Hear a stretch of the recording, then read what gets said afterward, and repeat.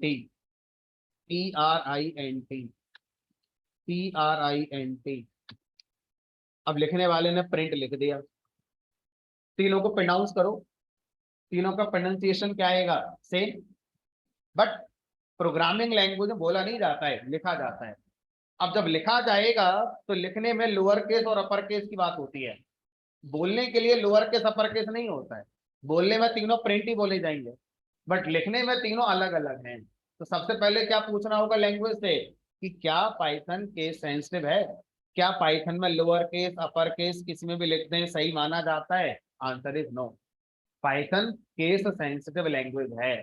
जो भी लाइब्रेरी में फंक्शन लोअर केस में हमें बताया गया है, हमें उसे लोअर केस में यूज करना है, और जो अपर केस में बताया गया है हमें उसे अपर केस में यूज करना है। तो सर ये तो हमें फिर ध्यान रखना पड़ेगा। कोई भी लाइब्रेरी का फंक्शन, तो ऐसे आप कॉलेज की लाइब्रेरी की बुक इशू तभी करा पाएंगे ना जब आपको पता हो टाइटल क्या है किताब का, या ऑथर का नाम क्या है। अब आप बोले मुझे कुछ ही नहीं पता, तो कैसे करा लोगे इशू? तो जिस पाइथन फंक्शन को आप इस्तेमाल करना चाहते हैं, आपको उसका नाम, उसकी स्पेलिंग प्रॉपर पता होनी चाहिए।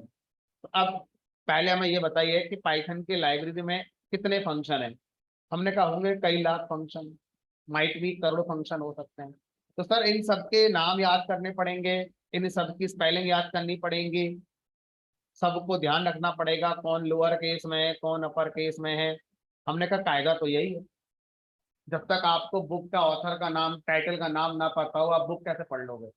रैंडमली तो नहीं उठा के आओगे कि ये मेरे काम की है या नहीं, ऐसा थोड़ा ना होगा।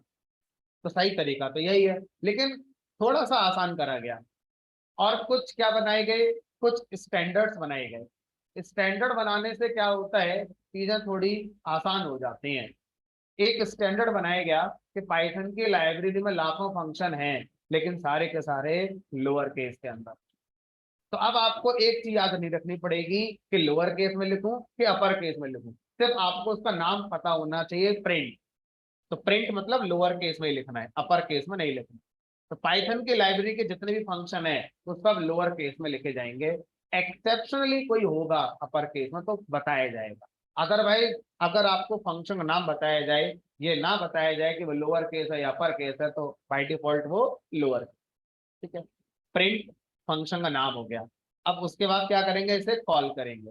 तो कॉल करने के लिए पाइथन प्रोग्रामिंग लैंग्वेज में सिंबल्स का यूज किया जाता है। तो ओपन पैरेंथेसिस और क्लोजिंग पैरेंथेसिस के पेयर को क्या बोलते हैं? कॉलिंग। तो ये सिंबल क्या है? हमारा कॉलिंग सिंबल है। ये क्या करेगा? पुकारेगा। किसे पुकारेगा? प्रिंट फंक्शन को पुकारेगा। ये हो गया फंक्शन का नेम, और ये इसकी कॉलिंग हो गई। तो अब सोचो मुझे पाइथन की लाइब्रेरी में कोई फंक्शन है जिसका नाम है ABC। अगर मुझे उसे कॉल करना है तो कैसे करूंगा? फंक्शन का नाम और उसके आगे कॉलिंग सिंबल। PQR नाम का फंक्शन है, मुझे उसे कॉल करना है, तो फंक्शन का नाम लिखेंगे PQR और उसके आगे calling symbol. In general Python की लाइब्रेरी के किसी भी फंक्शन को इस्तेमाल करने के लिए मुझे उसे कॉल करना होगा, और उसका सिंटैक्स क्या हो गया? फंक्शन का नेम और उसके आगे कॉलिंग सिंबल। इस सिंटैक्स का यूज करके पाइथन की लाइब्रेरी के आप फंक्शन को कॉल कर सकते हैं। ठीक है, तो अब मैंने क्या करा? प्रिंट फंक्शन को कॉल कर दिया। अब इससे ये पूछा गया कि भाई आप क्या प्रिंट कराएंगे, आपको कैसे पता कि मैं क्या प्रिंट करना चाहता हूँ? तो ये बोलेगा हाँ आपको बताना पड़ेगा। जो पैरेंथेसिस हैं ओपन और क्लोजिंग, इनके बीच में कर्सर लेकर आएंगे, और जो भी आप मैसेज दिखाना चाहते हैं या जो भी आप दिखाना चाहते हैं दिखा सकते हैं। तो सर क्या दिखा सकते हैं? हमने कहा अपना नाम प्रिंट करा दो, अपना एड्रेस प्रिंट करा दो, अपनी एज प्रिंट करा दो, 10th के मार्क्स प्रिंट करा दो, आधार नंबर प्रिंट कर दो, अपनी सैलरी प्रिंट कर लो, अपना अकाउंट नंबर प्रिंट कर लो। मतलब कुछ भी जो आप आसपास की चीजों देखते हैं, कुछ भी प्रिंट आप कर सकते हैं। ठीक है, तो अब हमने कहा जब कुछ भी लिख सकते हैं तो हम ऐसे लिख देते हैं, दिस इज पाइथन। तो ये सही है या गलत है? हमने कहा जब भी आप कोई लैंग्वेज सीखते हैं, भूल जाओ प्रोग्रामिंग लैंग्वेज, आप आ जाओ नेचुरल लैंग्वेज में। नेचुरल लैंग्वेज क्या होती हैं? जो इंसान यूज करते हैं आपस में बात करने के लिए, हिंदी, इंग्लिश, उर्दू, तमिल वाली। ठीक है, तो अगर हम natural language for example English को सीख रहे हैं, तो इंग्लिश के अंदर जो वर्ड्स हैं, क्या उनको किसी भी ऑर्डर में लिख देंगे तो समझ में आ जाएगा सामने वाले को तो मैं क्या कहना चाह रहा हूँ? नहीं। तो इंग्लिश में जो वर्ड्स हैं उनका ऑर्डर इंपॉर्टेंट होता है कि पहले क्या आएगा फिर क्या आएगा। आपको पता होना चाहिए कहाँ इज लगाना है, कहाँ एम लगाना है, कहाँ हैज लगेगा, कहाँ आईएनजी लगेगा, कहाँ फर्स्ट फॉर्म आएगी, कहाँ सेकंड फॉर्म आएगी।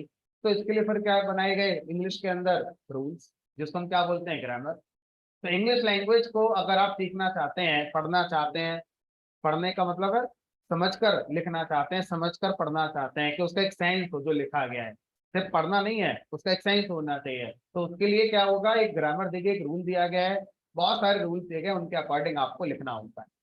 इसी तरह से प्रोग्रामिंग लैंग्वेज में भी होता है। प्रोग्रामिंग लैंग्वेज में आप सिर्फ लिखना ही इंपॉर्टेंट नहीं है, जो आप लिखेंगे उस लिखने का रूल होता है कि इस बात को ऐसे लिखा जाएगा।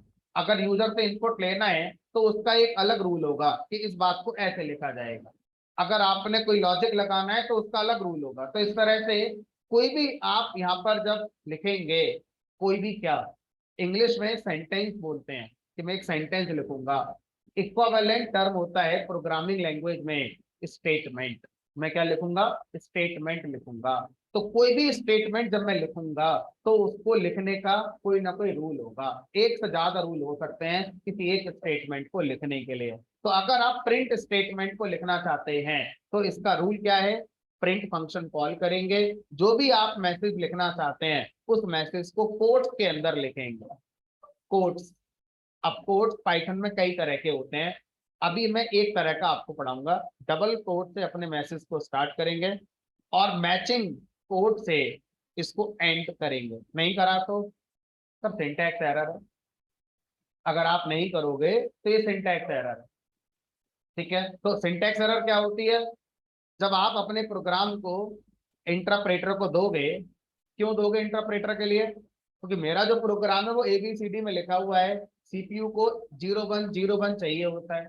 तो मेरे प्रोग्राम का 01 बनवाना पड़ेगा ना मुझे, मशीन कोड बनवाना पड़ेगा। ये मशीन कोड कौन बनाएगा? इंटरप्रेटर बनाएगा। तो मैं अपना कोड अगर यही इंटरप्रेटर को दूंगा वो रिजेक्ट कर देगा, मना कर देगा कि मैं नहीं बनाऊंगा इसका मशीन कोड। क्यों? क्योंकि इसमें क्या है? एरर है। कहाँ है एरर? क्योंकि आपने एक रूल फॉलो नहीं करा। रूल क्या है कि कोई भी मैसेज अगर स्टार्ट होगा डबल कोड से तो मैचिंग कोड से एंड होना चाहिए।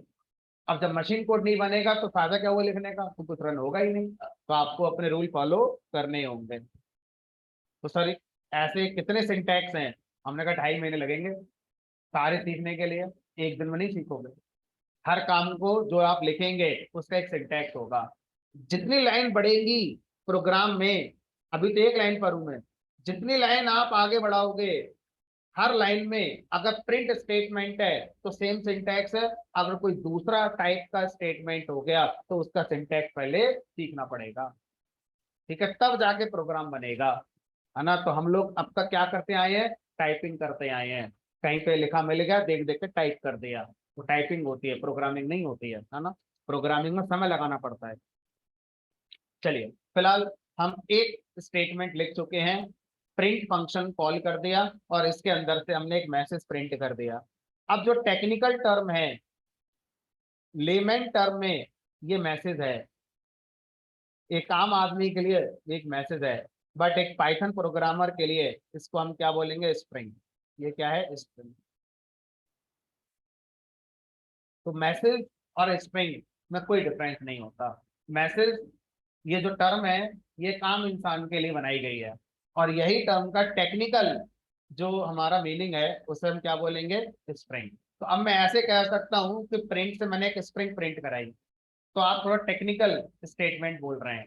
अगर मैं बोलूंगा कि मैंने प्रिंट से एक मैसेज प्रिंट कराया तो वो भी ठीक है, वो थोड़ा लेमन टर्म हो गया हमारा, काम इंसान के लिए टर्म हो गया। ठीक है, तो हैबिट डालिए, जो लेमन टर्म्स हैं उनके टेक्निकल टर्म्स को बोलने की हैबिट डालिए। ठीक है, क्योंकि आगे चल के जब कोई किताब पढ़ोगे, यूट्यूब चैनल देखोगे, इंटरव्यू में जाओगे, तो टेक्निकल टर्म्स ही यूज करे जाते हैं कम्युनिकेशन करने के लिए। ठीक है, हमें सीखते रहना होगा कि इस टेक्निकल टर्म का लेमन टर्म क्या है, जिससे कि हमें आसान लगता रहे। ठीक है, अब ये हो गया पहला स्टेटमेंट। अब क्या करना है?